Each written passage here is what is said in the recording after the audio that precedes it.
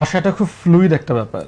মানে ভাষাকে যদি আপনি কোনোভাবে মানে একটা ফ্রেমে বন্দি করবার চেষ্টা করেন যে, এবং ঐতিহাসিকরা যারা অ্যানথ্রোপোলজি নিয়ে কাজ করেছে, ভাষা নিয়ে কাজ করেছে, এখানে ম্যাডাম আছেন, উনি বলতে পারবেন, প্রতি 100 কিলোমিটার পর পরে ধরে নেওয়া হয় যে ভাষার উচ্চারণ, শব্দ এগুলো পরিবর্তন হয়ে যায়।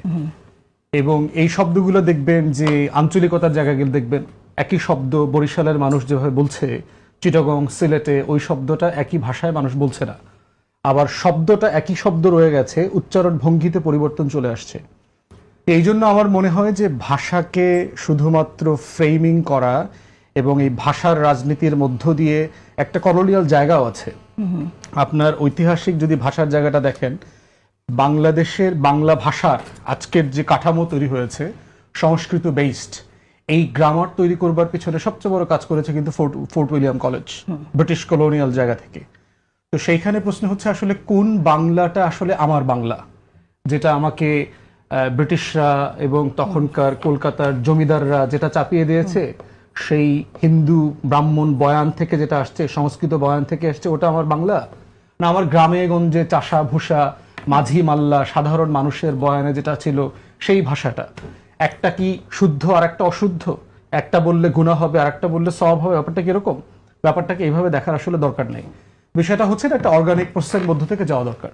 দুটাই কারেক্ট, যে যেটা বলে। দেখেন, ইনকিলাব শব্দটা প্রথম কে ইউজ করলো? হযরত মোহানি, আপনার খুব বিখ্যাত লেখক ছিলেন, পত্রিকার সম্পাদনা করতেন এবং কংগ্রেসের নেতা ছিলেন।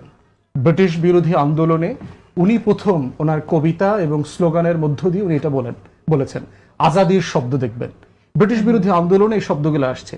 আজকে যারা বলবার চেষ্টা করছেন ইনসাফ, আজাদি, ইনকিলাব, এগুলো নতুন শব্দ, তারা আসলে ইতিহাস জানেন না।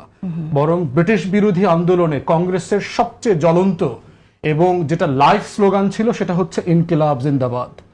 তো এখন প্রশ্ন হচ্ছে, কংগ্রেস ব্যবহার করেছে তখন গুনাহ হয় নাই? ব্রিটিশ বিরোধী আন্দোলনে এই শব্দটা ব্যবহার করা হয়েছে তখন গুনাহ হয় নাই?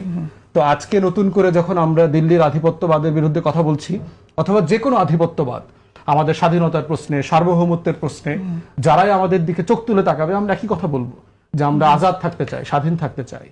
তো সেই কারণে আমার মনে হয় যে এগুলোকে ফ্রেম করাটা খুবই অন্যায় হবে।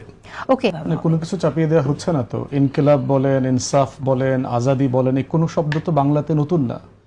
এটা বাংলা লিটারেচারে ব্যবহারটা তো ওরকম না। যখন আমরা যেটা হয়েছে এখানে, আমরা গত 16-17 বছর ইন্ডিয়ান একটা হেজিমনিকে ফাইট করেছি।